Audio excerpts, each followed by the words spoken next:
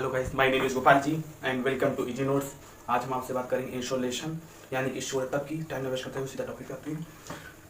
जो इंस्टॉलेशन बात करने से पहले हम बात कर लेते हैं कुछ बेसिक चीज़ों की, यानी कि अर्थ और सन के बारे में कुछ चीज़ें जान लेते हैं। तो आपको बता दें कि पृथ्वी से सूर्य की औसत दूरी 14.9 करोड़ किलोमीटर है। ठीक, सूर्य का व्यास 13,82,400 किलोमीटर है और उसका द्रव्यमान पृथ्वी से 3,32,000 गुना अधिक है। ठीक है, और जो पृथ्वी का औसत घनत्व है वो 5.52 तथा सूर्य का 1.41 है। ठीक है, सूर्य के औसत तापमान की बात करें तो सूर्य का औसत तापमान 5,700 डिग्री सेल्सियस लमसम 6,000 केल्विन के बराबर है। ठीक है, अगर सूर्य के केंद्रीय भाग का तापमान की बात करें तो सूर्य के केंद्रीय भाग का जो तापमान है 1.5 से 2.0 करोड़ डिग्री केल्विन है। ठीक है, इससे ये स्पष्ट होता है कि सूर्य एक दहकता हुआ गैसीय पिंड है। अब बात करते हैं इंसोलेशन की, यानी कि सूर्य तक की। जो सूर्य है, सूर्य से प्रति 10 सेंटीमीटर में 1,00,000 अश्व शक्ति का ऊर्जा का क्या होता है, विकिरण होता है। एक वैज्ञानिक हुए हैं, एक क्लाइमेटोलॉजिस्ट हुए हैं जिनका नाम है टेवार्था। टेवार्था ने बताया है, उन्होंने बताया है कि जो संपूर्ण पृथ्वी प्रति मिनट सूर्य से इतनी ऊर्जा प्राप्त करती है जितनी मनुष्य जाति अपने पूरे जीवन काल में उपयोग करती है। ठीक है, सूर्य से जो विकिरण ऊर्जा है, जो सोलर रेडिएशन है, जो पृथ्वी की ओर क्या होता है, प्रभावित होता है, उसे ही आपतन या फिर इंसोलेशन या फिर सूर्य तप कहते हैं। ठीक है ना, बेसिकली आपको बता दें कि जो सोलर रेडिएशन है जो पृथ्वी की ओर प्रभावित होता है, जिसको इंसोलेशन कहते हैं, ये जो पृथ्वी की ओर प्रभावित होता है वो वेव लेंथ के रूप में पृथ्वी की ओर प्रभावित होता है। ठीक, प्रवाहित होता है। ठीक है, आपको बता दें कि सूर्य के धरातल से जो ऊर्जा का विकिरण है वो 2,97,600 किलोमीटर प्रति सेकंड की जो गति वाली इलेक्ट्रोमैग्नेटिक वेव के रूप में इनका होता है। ठीक है, अब बात करते हैं सौर स्थिरांक की, यानी सोलर कांस्टेंट क्या होता है। बेसिकली आपको एक कॉन्सेप्ट ये बता दें कि जो सन से विकिरण होने वाली ऊर्जा है उसकी मात्रा हमेशा क्या रहती है, लमसम स्थिर रहती है। अगर उसमें चेंज आता है तो 2-3% का ही चेंज आता है, जो नगण्य है। जो कुछ सन लेबोरेटरीज में कैलिफोर्निया में सौर स्थिरांक के बारे में, सोलर कांस्टेंट के बारे में खोजबीन हुई है। ठीक, उन्होंने उन्होंने इन्हीं इंस्टीट्यूट से उसने सोलर कांस्टेंट का प्रमाणिक मान है 1.94 ग्राम कैलोरी प्रति वर्ग सेंटीमीटर प्रति मिनट निर्धारित किया है। कितना?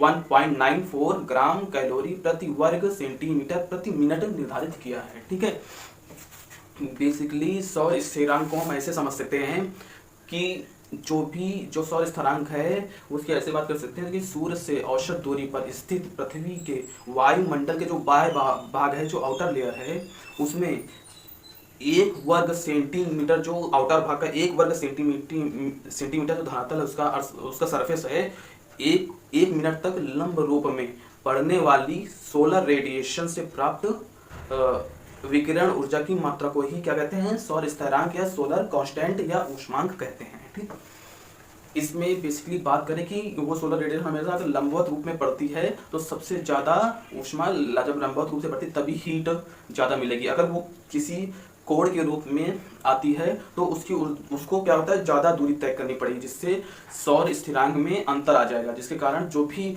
सौर स्थिरांक का मान निकाला गया वो लंबवत सोलर रेडिएशन के ही आधार पे निकाला गया, न कि तिरछी जो सोलर रेडिएशन आ रहा है उसके बारे में बात की गई है। ठीक है ना, क्योंकि सबसे ज्यादा हीट लंबवत पड़ने वाली सोलर रेडिएशन में ही होती है। ठीक है, सोलर कांस्टेंट यानी सौर स्थिरांक की स्थिति हमेशा आउटर लेयर में ही पाई जाती है। जैसे ही हम आउटर लेयर से निकलकर आयन मंडल में आते हैं, वैसे ही सौर स्थिरांक का मान घट जाता है। ठीक है, इसीलिए जो सौर स्थिरांक पाया जाता है वो बाह्य परत में ही पाया जाता है। जैसे जैसे फिर वो आयन मंडल से होते हुए सोलर रेडिएशन ये ओजोन परत में आता है तो ओजोन परत भी कुछ मात्रा उसकी सोख लेती है, ठीक, अब्जॉर्ब कर लेती है। इस तरीके से नीचे आते आते सोलर रेडिएशन या की मात्रा का क्षय होने लगता है। धीरे धीरे सोलर जो कांस्टेंट है उसका मान घट जाता है और सोलर कांस्टेंट खत्म हो जाता है। ठीक, इसलिए सौर स्थिरांक हमेशा आउटर लेयर में ही पाई जाती है। ठीक है, अब 1 ग्राम कैलोरी ऊष्मा की बात करें तो 1 ग्राम कैलोरी ऊष्मा की उस मात्रा को कहते हैं जो 1 ग्राम पानी का तापमान 1 डिग्री सेल्सियस बढ़ाने के लिए आवश्यक होती है। अर्थात इसको ऐसे समझते हैं कि 1 ग्राम पानी का तापमान 14.5 डिग्री से 15.5 डिग्री तक बढ़ाने के लिए आवश्यक होती है। ठीक है, ऐसे इसको समझ सकते हैं। अब बात करते हैं कि सूर्य तत्व को कौन कौन से कारक प्रभावित करते हैं, आइए उनकी बात करते हैं। यानी कि जो इंसोलेशन है उसको कौन कौन से कारक प्रभावित करते हैं उनकी बात करते हैं। तो इंसोलेशन को कई कारक प्रभावित करते हैं, जैसे उनकी मात्रा है, उनकी एटमॉस्फेरिक दशाएं हैं और ऋतुएं हैं, ये सब क्या करती हैं सोलर इंसोलेशन को प्रभावित करती हैं।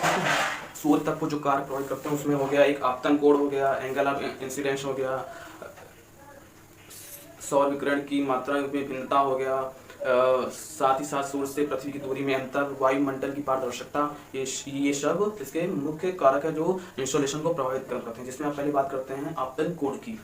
बेसिकली हम आपको पहले बता चुके हैं कि सूर्य की जो तिरछी किरणें होती हैं उनकी अपेक्षा लंबवत किरणें धरातल पर अधिक ऊर्जा उत्पन्न करती हैं। ठीक है, इसके जो मुख्य कारण हैं वो 2 मुख्य कारण हैं। एक पहला कारण ये है कि जो लंबवत किरण की अपेक्षा जो तिरछी किरण होती है उनको ज़्यादा दूरी तय करनी पड़ती है, जिसके कारण जो वायुमंडल से जब इंसोलेशन अंदर आता है तो पहले वो आइडल मंडल में आता है, फिर उसके बाद मेसोपॉज में आता है, फिर ओजोनोस्फीयर में आता है। ठीक है ना, इसके समताप मंडल में आता है, फिर विक्षोभ मंडल में आता है। तो धीरे धीरे क्या होता है, वो जब एक कोण बनाते हुए आएंगी तो उनकी धीरे धीरे मात्रा क्या होती होगी, विकिरणित होती चली जाएंगी।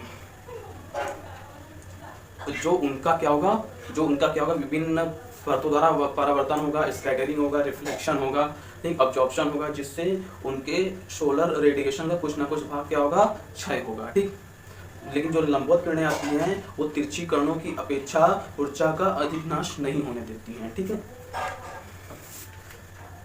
आप देखते होंगे कि दिन में कहीं तापमान ज़्यादा होता है और कहीं पे कम तापमान पाया जाता है। इसका मेन कारण क्या है, इंसोलेशन के आपतन कोण का ही मुख्य कारण। अगर लंबवत पड़ेंगी तो ज़्यादा इंसोलेशन होगा, अगर थोड़ा सा कोण बनाएंगी तो इंसोलेशन की मात्रा कम होगी।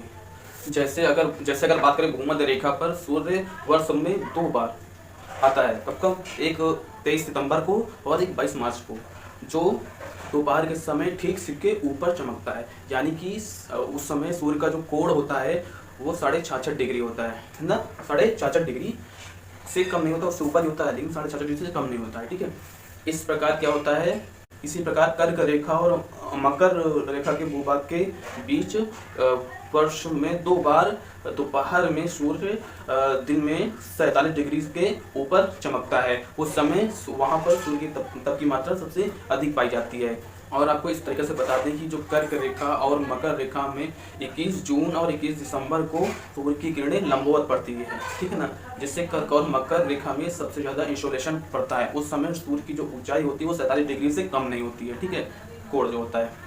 इसलिए बात करें कर्क और मकर रेखा के बीच की बात करें तो वहाँ पे सूर्य की जो किरणें हैं, इंसोलेशन है, वहाँ पे कभी भी सूर्य की किरणें तिरछी नहीं पड़ती हैं, जिसके कारण इन प्रदेशों में हमेशा सूर्य तत्व की मात्रा, इंसोलेशन की मात्रा सबसे अधिक पाई जाती है। इसे ही हम कर्क रेखा से उत्तरी ध्रुव प्रदेश की ओर जाते हैं। जैसा कि आप चित्र में देख रहे हैं, उत्तरी ध्रुव की ओर बढ़ेंगे और जैसे ही मकर रेखा से दक्षिणी ध्रुव की ओर बढ़ेंगे तो इसके बीच में सूर्य की किरणें वर्ष भर क्या होती हैं, तिरछी पड़ती हैं। ठीक है ना, इन प्रदेशों में तिरछी पड़ती हैं। एक चीज और बता दें आपको कि ग्रीष्म ऋतु और शीत ऋतु में ये चीज़ों में परिवर्तन आता रहता है। ठीक है, इसकी बात हम तब करेंगे जब हम आपसे उष्णकटिबंधीय बेल्ट्स की बात करेंगे, ठीक, तापीय बेल्ट्स की बात करेंगे तो उसमें हम आपको विस्तार से उसके बारे में समझाएंगे। ठीक, दूसरा फैक्टर है जो इंसोलेशन को प्रभावित करता है वो है सूर्य प्रकाश की अवधि। ठीक, बेसिकली आपको बता दें कि जो भूमध्य रेखा है उस पर वर्ष भर 12 घंटे के दिन और 12 घंटे की रात पाई जाती है। वहीं अगर विंटर सीजन की बात की जाए तो 22 सितंबर तथा बसंत ऋतु की बात करें तो 21 मार्च को जब सूर्य की किरणें भूमध्य रेखा पर लंबवत पड़ती हैं तो संपूर्ण पृथ्वी पर सर्वत्र रात्रि और दिन 12 घंटे का होता है। ठीक, अगर उस समय विषुवत रेखा पर इंसोलेशन की अधिकतम मात्रा प्राप्त होती है जब कर्क संक्रांति से शीत संक्रांति तक क्या होगा, कर्क संक्रांत से शीत संक्रांत तक उत्तरी गोलार्ध में दिन क्रमशः छोटे तथा दक्षिणी गोलार्ध में दिन क्रमशः बड़े हो जाते हैं। ठीक, इस तरीके से 21 जून उत्तरी गोलार्ध में सबसे बड़ा दिन तथा दक्षिणी गोलार्ध में सबसे बड़ी रात होगी। इसी प्रकार 21 दिसंबर को दक्षिणी गोलार्ध में सबसे बड़ा दिन तथा उत्तरी गोलार्ध में सबसे बड़ी रात होगी। ठीक, बेसिकली अगर बात करें तो कर्क संक्रांति को उत्तरीय ध्रुव पर 24 घंटे का दिन तथा 24 दक्षिणी ध्रुव में 24 घंटे की रात होगी। वहीं मकर संक्रांति में दक्षिणी ध्रुव में 24 घंटे का दिन तथा उत्तरी ध्रुव पर 24 घंटे की रात होगी। ठीक है, बेसिकली इसको और अच्छे से समझने की कोशिश करें तो ग्रीष्म ऋतु में भूमध्य रेखा से क्या होता है, ध्रुवों की ओर दिन की लंबाई में क्या होता है, वृद्धि होती जाती है और जो रात होती है उसकी लंबाई में कमी होती हो जाती है। अगर सिंपल वे में समझें, अर्थात जब शीत ऋतु आएगी तो शीत ऋतु में भूमध्य रेखा से ध्रुव की ओर दिन की लंबाई में क्या होगा, घटती है तथा रात की लंबाई बढ़ती है। ठीक, आपको एक चीज और बता दें कि इससे ये चीज सिद्ध होता है कि जितना बड़ा दिन होगा उतना ही ज्यादा इंसोलेशन पृथ्वी को प्राप्त होगा। ठीक है, यानी सूर्य तक प्राप्त होगा। ठीक, और इन सब का मेन कारण क्या है, इसका मेन कारण पृथ्वी की दूरी का झुकाव, उसकी दैनिक जो आवर्तन और उसके साथ जो सूर्य के चारों ओर परिभ्रमण कर रही है, ये सभी ही इंसोलेशन को प्रभावित करते हैं, जिसके कारण ऋतुओं में भी परिवर्तन आता रहता है और साथ में इंसोलेशन में भी क्या होता है, परिवर्तन आता रहता है। ठीक, अब बात करते हैं सोलर रेडिएशन की मात्रा में कैसे विभिन्नता पाई जाती है। ठीक, जो सूर्य से प्रकाश है उसकी मात्रा में विभिन्नता के कारण भी क्या होता है, इंसोलेशन प्रभावित होता है। ठीक, आपको बताएं जो सन है, सन में भी विस्फोट होते रहते हैं। ठीक है, उसमें गड्ढे बनते रहते हैं जिनको सन स्पॉट्स कहा जाता है। सन स्पॉट्स सन में सबसे ज्यादा होते हैं। उस समय सोलर रेडिएशन की जो मात्रा होती है वो 1-2% इंक्रीज हो जाती है। कितनी, 1-2% इंक्रीज हो जाती है। और जब ये 7 से 17 साल वर्षों के बीच में ये खत्म होने लगते हैं तो सोलर रेडिएशन की मात्रा डिक्रीज होने लगती है। ठीक है, और जो ये इनकी मात्रा है वो एक तरीके सोलर रेडिएशन की जो मात्रा है वो अगर घटती बढ़ती है उसका तो 1-2% ही उसका डिक्रीज और इंक्रीज होती है, जिसको सोलर रेडिएशन में इसको नगण्य माना जाता है। ठीक है ना, जो सोलर कांस्टेंट के लिए एक नगण्य बात है, एक तरीके से बहुत ही छोटी बात है जिसको उसमें नहीं लिया जाता है। ठीक, अब बात करते हैं पृथ्वी से सूर्य की दूरी में अंतर के कारण भी इंसोलेशन प्रभावित होता है। आप इसका मेन कारण बताएं तो पृथ्वी का सूर्य के चारों ओर एक ऑर्बिट में परिक्रमण करना भी इंसोलेशन को प्रभावित करता है। ठीक है, पृथ्वी सूर्य की परिक्रमा एक ऑर्बिट में करती है। ठीक है ना, वो एक तरीके से क्या होता है, दीर्घवृत्तीय होता है। दीर्घवृत्तीय जैसा कि आप चित्र में देख रहे हैं, दीर्घवृत्तीय ऑर्बिट में पृथ्वी सूर्य के चारों ओर चक्कर लगाता रहता है। जब 1 जुलाई को, जैसा कि चित्र में देख रहे हैं कि 1 जुलाई को जब पृथ्वी और सन की बीच सबसे ज्यादा दूरी होती है, इस समय सन पृथ्वी से 14.9 करोड़ मील दूर होती है। ठीक है ना, इस दूरी को अपसौरिका कहते हैं। ठीक है, इसके विपरीत अगर जनवरी की बात करें, जनवरी में सन और पृथ्वी की दूरी सबसे कम होती है। ठीक है ना, यानी कि उस समय सन और सूर्य जो है, सूर्य और पृथ्वी है, इन दोनों के बीच की जो दूरी है तो वो दूरी कितनी होती है, 14.1 करोड़ मील। तो बेसिकली हम आपको ये चीज समझाना चाहते हैं कि जब सन पृथ्वी के सबसे ज्यादा निकट होता है उस समय सोलर रेडिएशन की जो तीव्रता होती है, मात्रा होती है, वो पृथ्वी पर अधिक रहती है। जब जुलाई में पृथ्वी सन से सबसे दूर होती है उस समय सोलर रेडिएशन की मात्रा थोड़ी सी कम हो जाती है। ठीक है, इस तरीके से सूर्य से पृथ्वी की दूरी के अंतर के कारण भी इंसोलेशन प्रभावित होता है। ठीक है, अब बात करते हैं वायुमंडल की पारदर्शिता के बारे में जो इंसोलेशन को प्रभावित करती है। अब कैसे प्रभावित करते हैं तो वो बताते हैं आपको। जैसे ही आउटर लेयर से इंसोलेशन जैसे ही पृथ्वी में आता है, जैसा कि हमने आपको अपने पहले वीडियो में लेयर्स के बारे में बताया है, जो पृथ्वी में लेयर्स पाई जाती है उसके बारे में आपको बताया है। वो धीरे धीरे क्या करती है, पहले इंसोलेशन आयन मंडल में आती है जो वहाँ पे कुछ भाग को विकिरणित करती हैं, उसके बाद और नीचे आती हैं तो मेसोस्फीयर में आती है, तो मेसोस्फीयर से होती हुए ओजोन परत में आती है, तो ओजोन परत भी इंसोलेशन की कुछ मात्रा को क्या करता है, अपने में सोख लेता है। ठीक, उसके बाद वो क्या आती है, समताप मंडल में आती है। सप्ताह मंडल में आती है तो वहां पर भी कुछ मात्रा विकिरणित कर लेता है। ठीक, उसके बाद और नीचे आती है, विक्षोभ मंडल में आती है तो वहां पे डस्ट पार्टिकल्स होते हैं, वाटर वेपर होते हैं, वो इंसोलेशन की कुछ मात्रा को अपने में क्या कर लेते हैं, सोख लेते हैं। ठीक, इस तरीके से क्या होता है कि सोलर रेडिएशन उसकी मात्रा में कमी आती रहती है।